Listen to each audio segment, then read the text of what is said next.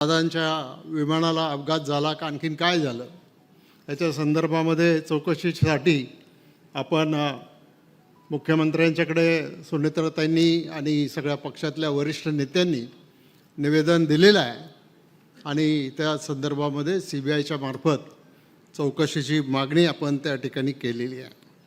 आणि म्हणून मी अधिक बोलू इच्छित नाही माझ्याकडे, कारण एवढ्या वर्षाचा सहवास अनेक कौटुंबिक नातं होतं. आणि प्रफुल्लभाई 81 सालापासून 88 सालापर्यंत मी ज्यावेळेला साहेबांच्याबरोबर काम करत होतो, अख्खा महाराष्ट्र आम्ही फिरलो, मोटारीने फिरलो.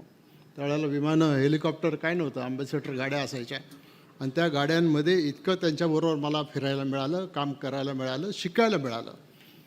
त्यांना माहीत होतं मी काही नोकरी करत नाही, मी काही अप्रेंटिसशिप म्हणून त्यांच्याकडे काम करतो आहे.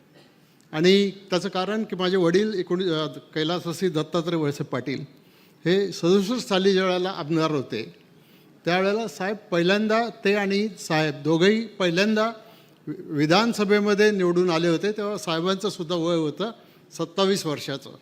आणि तेव्हापासूनचा हा जो राजकीय प्रवास, एक सामाजिक क्षेत्रामध्ये काम करणं, विकासाच्या क्षेत्रामध्ये काम करणं, मग उद्या वसंतदादा शुगर इन्स्टिट्यूट असेल, राष्ट्रीय साखर कारखाना संघ असेल,